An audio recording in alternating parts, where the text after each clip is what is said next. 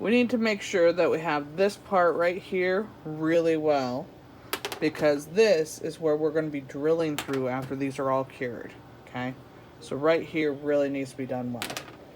Now we're just going to take our paper towel, shop towel, and clean off all that dust.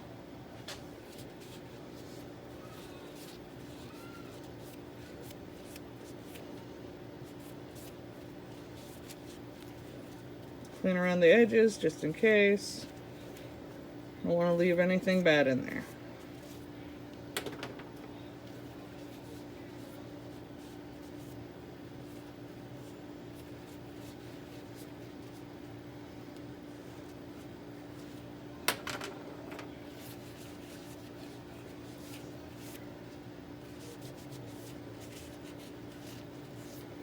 This is not like a sanitation, it's just literally removing our sandy dust. Making sure it's got no resistance to this UV layer we're going to put in here.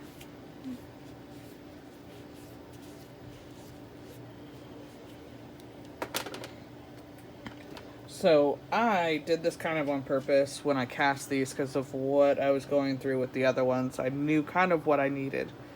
So these two are kind of shallow. There's a little bit of a lip on them, and that's actually on purpose. These two are very flush, almost over full. Not over full, but almost over full.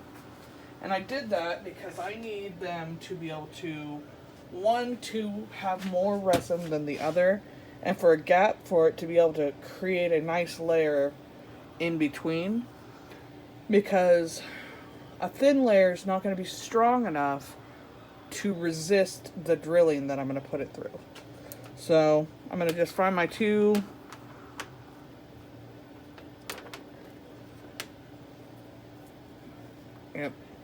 So I just match up one flush one with one slightly underfilled. Make sure they match up good. Actually don't like that match. Believe it or not, each fill, unless you're using a specific measuring device, it's going to be slightly different. So feel around, change them up. This was all off the same batch, but you know, you pour them individually. So I'm going to put just a little bit on here. My handy dandy UV. Always I use this with my UV. I don't know why. I just do. And I basically am just painting it on, using the light to kind of show me what has it, what doesn't have it. I don't want too much though. I don't want a giant lip of resin coming out because I definitely don't want to overwork these ever again. I've learned overworking is bad.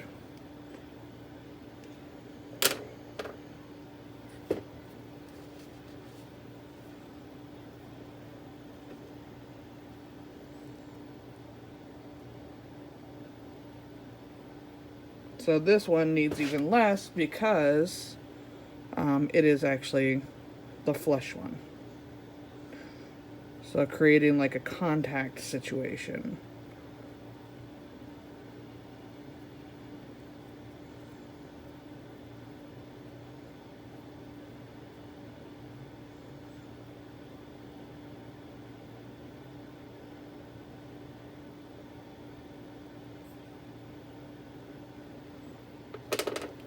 Okay, I'm going to go and I'm going to double check this other one and see if it needs any more. Depending on how underfilled it is. I guess I can just tilt it here so you guys can see as well. Maybe a little bit more on this one side.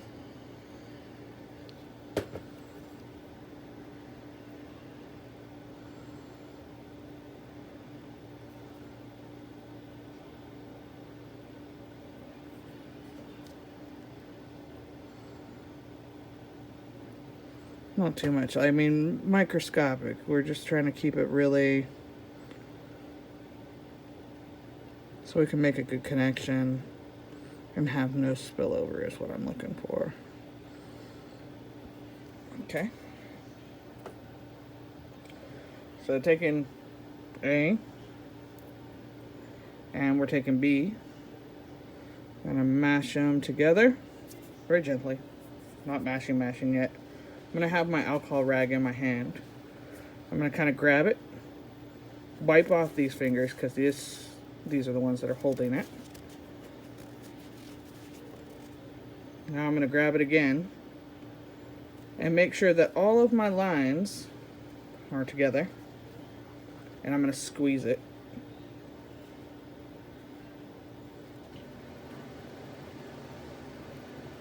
Give it a little wipe down on the edges, because like I said, I want no bead. I don't want any lines, I don't want any excess. And just kind of visually inspect it. It's looking like I actually have an air pocket in here. I don't know if you can see it on camera. I can see it though.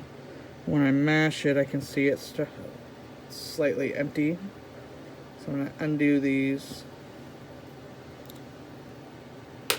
and put a little more in here. Spread it around again though, because I don't want to have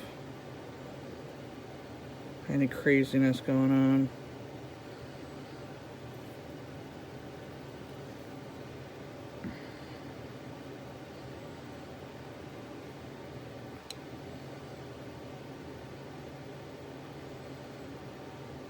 I'm going to move it kind of towards the middle rather than the edge.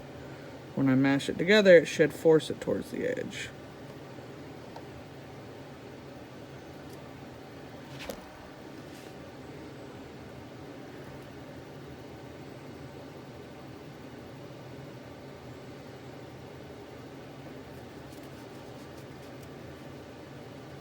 Okay, there's UV on that finger.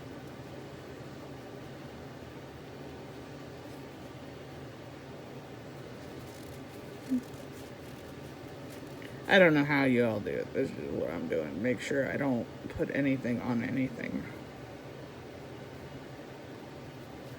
Alright. And looks good. Looks good, looks good. Going with it.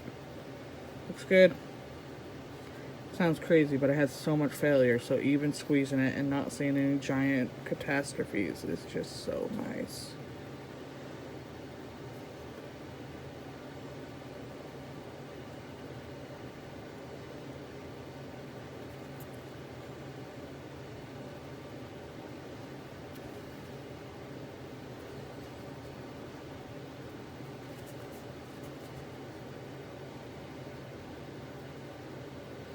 And so alcohol actually cleans up UV resin really well.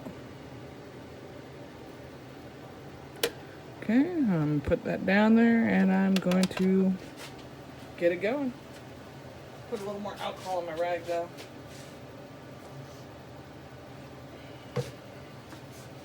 Okay.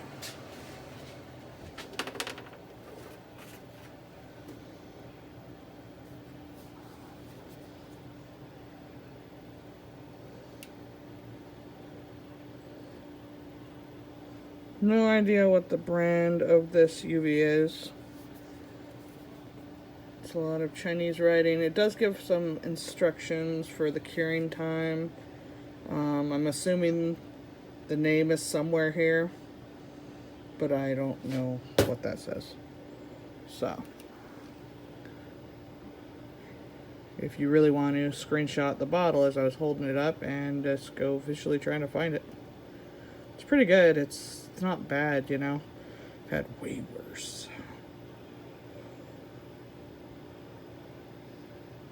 I was thinking about trying that less resin, but I found this other one that had pretty good reviews, so I went with that one because less resin is pretty expensive. I could get 400 grams off of what I could get off of like 200 grams off less resin. So that's my defining factor when you got hobby. You can use whatever you want. Business, you don't really have that, especially especially in these times when gas is so high.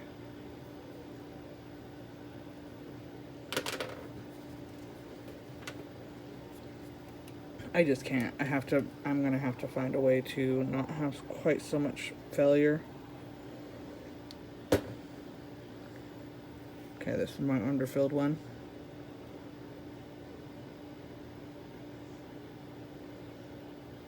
And my table, I can tell, is the one that I'm casting my resin on is not level.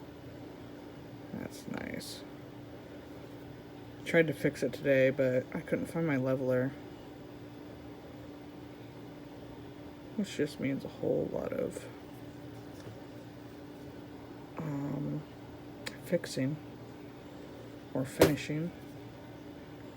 It actually works for these though. Like, I don't know why, but this is totally working for me. And I just think they are so cool. Okay, so just gently, because I'm going to pick up my rag again. Not squeezing yet, just wiping off my fingers.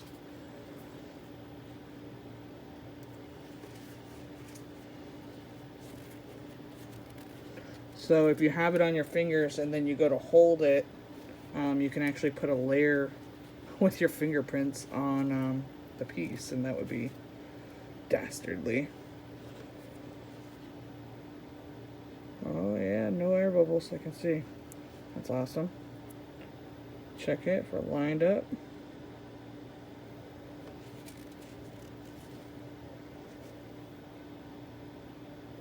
Yep.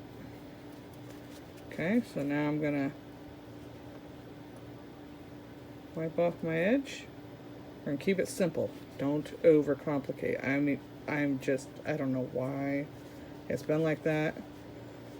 I just seem to overcomplicate everything, including videos. We're 12 minutes. It's supposed to be a short video. Boom.